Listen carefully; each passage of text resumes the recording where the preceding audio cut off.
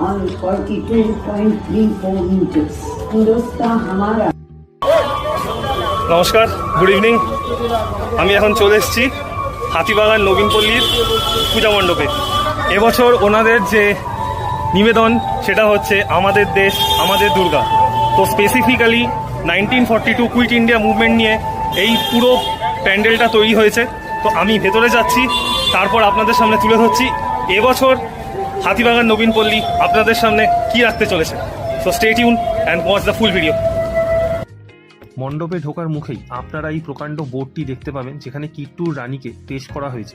মূলত ওনারা ওনাদের যে থিম আমাদের দেশ আমাদের দুর্গার মাধ্যমে আমাদের সামনে এটাই তুলে ধরার চেষ্টা করেছেন, প্রবল পরাক্রমী ইংরেজ শাসকের হাত থেকে দেশকে বাঁচানোর জন্য শুধুমাত্র পুরুষ সৈনিকরাই কাজ করেছেন এরকম নয়, সেখানে অনেক সক্রিয় মহিলা কর্মীও ছিলেন যারা নিজেদের জীবন ত্যাগ করে দেশের জন্য কাজ করেছেন এবং প্রবল পরাক্রমী ইংরেজদের হাত থেকে দেশকে মুক্ত করেছেন।